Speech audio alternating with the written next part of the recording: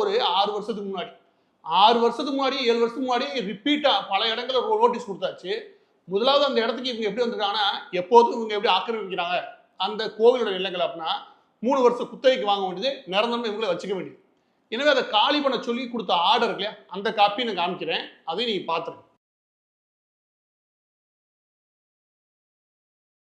அதையும் இவங்க காலி பண்ணவே இல்லை. ரெக்கார்டை எடுத்தா நீங்க நம்புங்க, இந்த ராஜன் ஒரு ஆள் கிடையாது.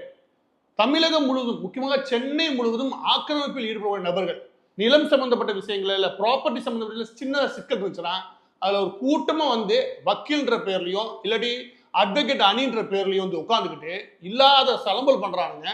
3 லட்சம் கொடு, 10 லட்சம் கொடு, 5 லட்சம் கொடு, அந்த ப்ராப்பர்ட்டி அதெல்லாம் பேசுறது. இந்த வேலையை யாருடைய ஆசீர்வாதத்துல பண்றாங்க அப்படின்னா சேகர் பாபு போன்ற அமைச்சர்கள், அதற்கு மேல இருக்கக்கூடிய அதிகாரிகள், இவங்க எல்லா பத்தியும் சரி கட்டி தான் இந்த வேலையை பார்க்கறாங்க. இப்ப நீங்க பார்த்த கடை இருக்கு இல்லையா,